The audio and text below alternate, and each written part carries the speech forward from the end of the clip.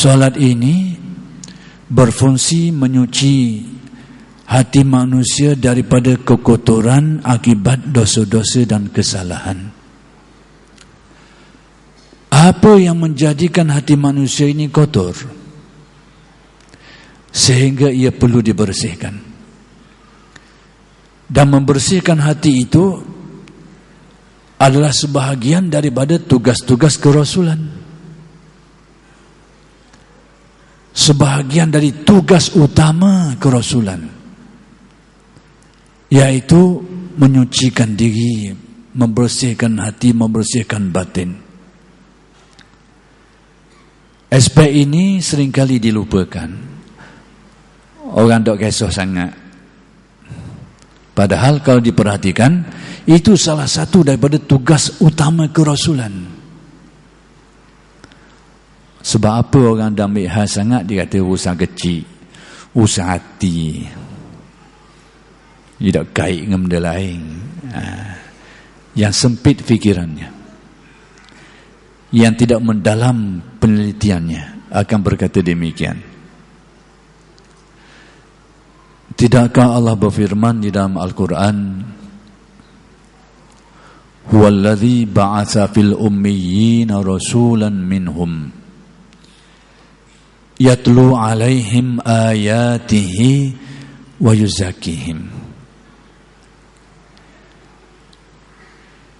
Allah itu telah mengutuskan dari kalangan masyarakat yang ummi, yakni dari kalangan orang Arab yang jahiliyah. Allah telah mengutuskan dari kalangan mereka itu seorang nabi, seorang rasul. Jadi rasul itu diutuskan dari kalangan manusia juga, bukan dari kalangan jin, bukan dari kalangan malaikat, dari kalangan bangsa itu sendiri. Lalu ayat ini menyatakan kepada kita tugas-tugas rasul ini. Pertama sekali, yatlu alaihim ayatih, membacakan kepada mereka itu ayat-ayat Allah. Sama ada merujuk kepada ayat-ayat Al-Quran diajarkan kepada umat, atau ayat-ayat kauniyah, yakni alam yang menjadi dalil kepada ketuhanan Allah. Semua itu diajar oleh Nabi. yakni termasuk dalam ayat ini Allah Ta'ala mengutuskan Nabi yang salah satu daripada tugas utamanya mengajarkan wahyu, yaitu ayat Qur'aniyah.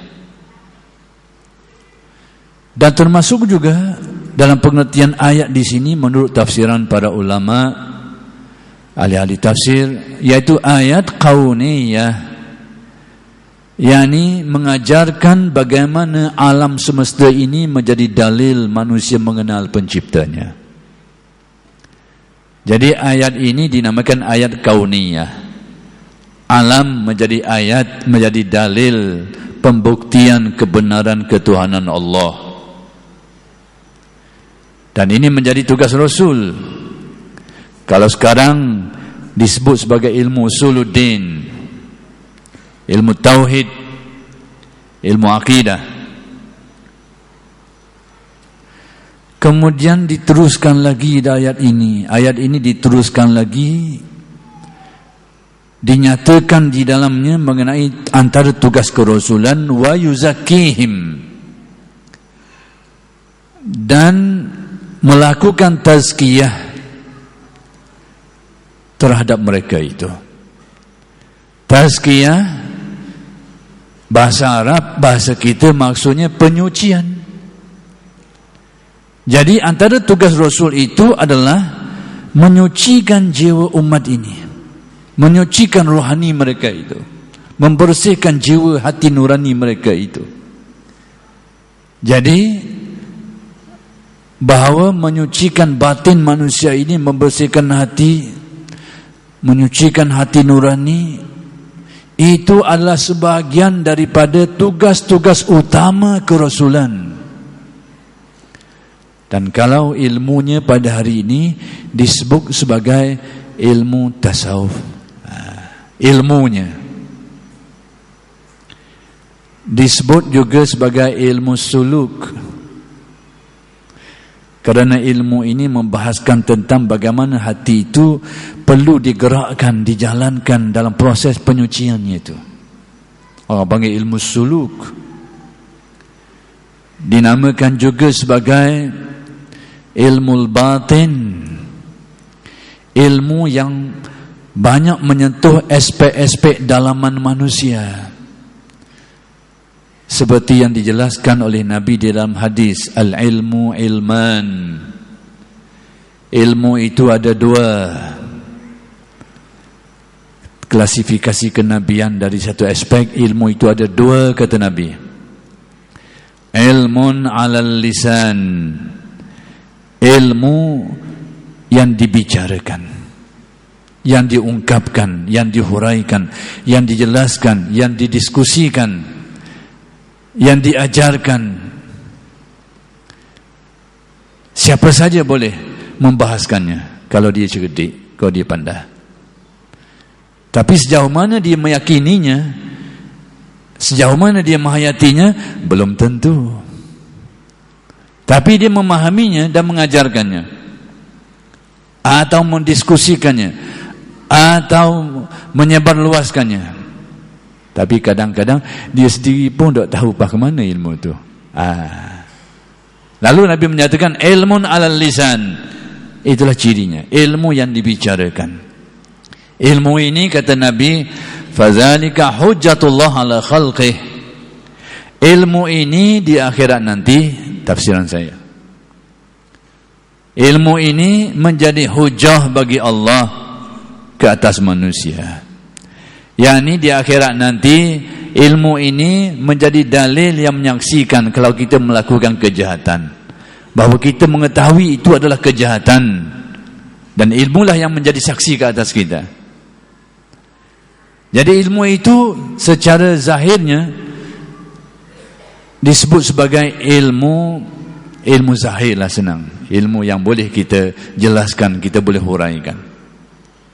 Tapi yang kedua, kata Nabi, ilmun fil qalbi, ilmu yang tersemat di dalam hati,